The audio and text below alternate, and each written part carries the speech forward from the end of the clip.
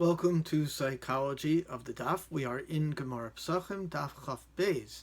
The Gemara discusses a challenge of how to understand the directive of Es Hashem Elokecha Tira, that one should fear God. Now, it's important to understand that Hebrew has a word that English does not have. Hebrew has a word called es, and es is a hard word to translate, but oftentimes the implication is along with. So if it says, Kabed es avicha ve'es imecha, honor your father and your mother, it doesn't really mean only your father and mother. The es implies honor along with your father and your mother, and that's why the Chazal were dorish the older brother as the person who should receive the honor along with the father and mother. The problem is, and the Gemara talks about this, what happens with Es Hashem Elokecha Tira, because who could be comparable to Hashem? Who could come along with the fear of Hashem? Ultimately, the answer that is come up with is that it's referring to fear of Talmidei Chachamim. But we'll leave that alone for a minute. What we do know is that the Maharsha asks a question: why did Shimon HaMasoni, that was the Tana who was trying to understand the S, he went through all the S's in the Torah, and why did he get stuck only on Es Hashem Elokecha Tira? Earlier in the Torah, in Devarim Perek Vav, we already have V'ahavta Es Hashem Elokecha, and that comes before Es Hashem Elokecha Tira. And why would it be easier to understand loving something in relation to Hashem as it would be fearing someone in relation to Hashem? Nikedushas Halevi answers that finding a love object comparable to God is not really as difficult as finding something comparable to fear. And here's why. Because it depends on the fundamental difference in the intent of the two directives, to fear God and to love God.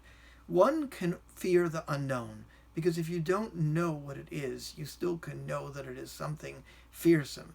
So in a sense, Es Hashem Elokecha Tira, to ask us to fear Hashem, it could be understood literally. However, to ask us to love God, one cannot love what one does not really understand.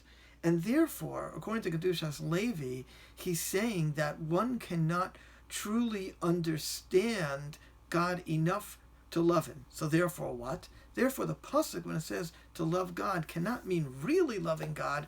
It means wanting in some way to be associated or connected.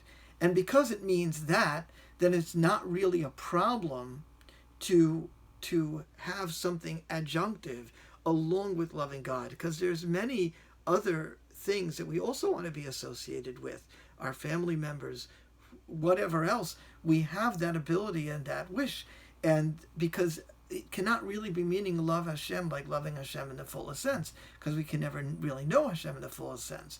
So therefore, Shimon HaMasoni had no problem with Es Hashem Elokecha, V'ahavta Es Hashem Elokecha. That Es is no problem, because the whole intent of that love is non-literal. However, Es Hashem Elokecha Tira, the fear of Hashem, that's literal, because to fear something you don't need to know it, and therefore how could you still compare the degree of fear that one should have for the Almighty, for the omnipotent Almighty, versus anybody else? And that's what he got stuck on. Now, I'd like to add something. Really, understanding that love is contingent on knowing someone truly, or something, we can really say that we can never truly know anyone, and therefore we never can truly love anyone in the fullest sense possible. And in that way, it's not just Es Hashem Elokecha Tira, it's not just V'ahavta Es Hashem Elokecha, it's not just saying that when it says to love Hashem, it can't mean a full love, because it's impossible to fully love Hashem, because it's impossible to fully know Hashem. Really, it's impossible to fully love anybody, because we never can really know anybody. And that's what's important for us to understand, that love is always a work in process, a work in progress, and it's never complete. It's appropriate to compare love for a spouse, love for a child, love for a parent to the love of God, because in many respects it requires less nuance and less emotional sophistication, because we're never really going to reach that point anyway. So therefore we can accept that we'll never know it. But to fear Hashem, on the other hand, that we can fear him differently than anything else, even though we don't know who he is. But ultimately, the lesson is that love requires deep knowledge, and deep knowledge is infinite.